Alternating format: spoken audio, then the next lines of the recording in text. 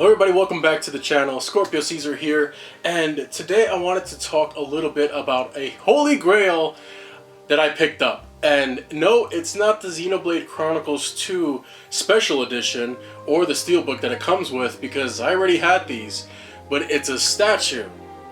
And it's a heavy one. So once again, welcome to the Caesar Arcade. Get ready.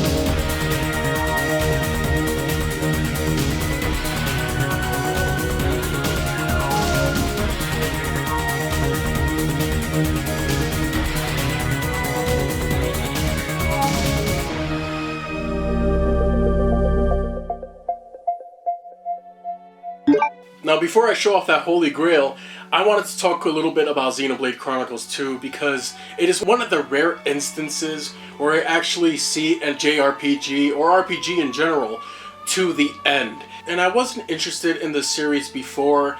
I didn't own Xenoblade Chronicles on the Wii or 3DS. I heard great things about it, but I never got around to playing it till the definitive edition, and even then I still haven't played too much of it. And then Xenoblade Chronicles X came out and I completely ignored that one. But when this one came out, I don't know what it was. I just fell in love with the character designs. Now look, I get it, the characters, in particular the female characters, are very fan servicey, but that only caught my attention. What I wasn't expecting was the huge JRPG epic and story that came along with it. The characters and how much I fell in love with them.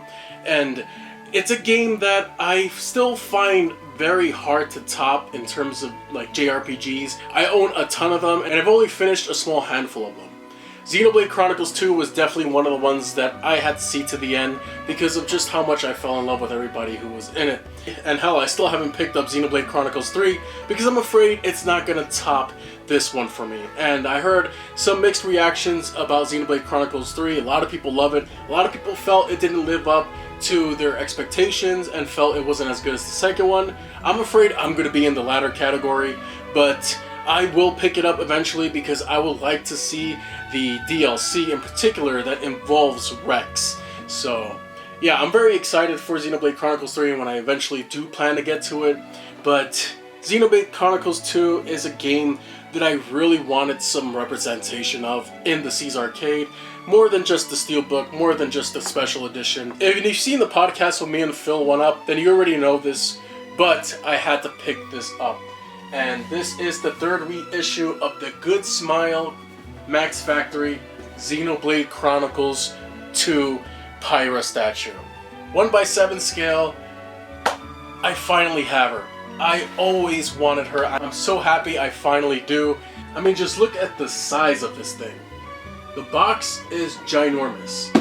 And take a look at the sides here. You see some promotional shots of Pyra herself. A character that I absolutely fell in love with.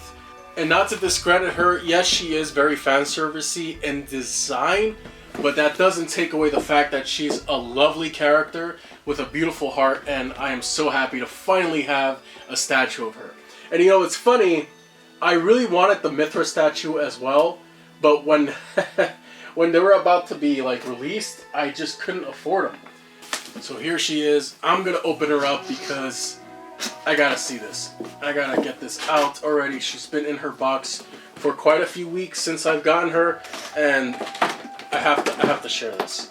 I have to show this off because this one was expensive. $274 she retails for. Right now on Big Bad Toy Store, this is the third reissue. You would think that she would drop in price, but no, sir. It seems like the more they release her, the higher the price is. A very expensive statue. And here's the instructions, more or less, how to display her. Alright, so first I'm going to remove her base. That's the base right there. Alright, let's pull off one of her scarf pieces. I'm just going to pull her out there. Why would they twisty tie the plastic together? That does, I don't know. There's her sword. Wow, that looks delicate. So after some trial and error, I finally got her on her stand. She is beautiful, intricately detailed, especially that sword that she has. And I love how dynamic her pose is. Beautiful. Lots of pieces on here, especially her hair, and some parts of her outfit are pearlescent. There are some parts that are also nicely detailed with some translucent parts. And that sword is really nicely translucent too. Lots of detail here, and her leggings are nice and glossy all the way down to her boots. What a gorgeous statue, and I am so happy to finally have Pyra in statue form.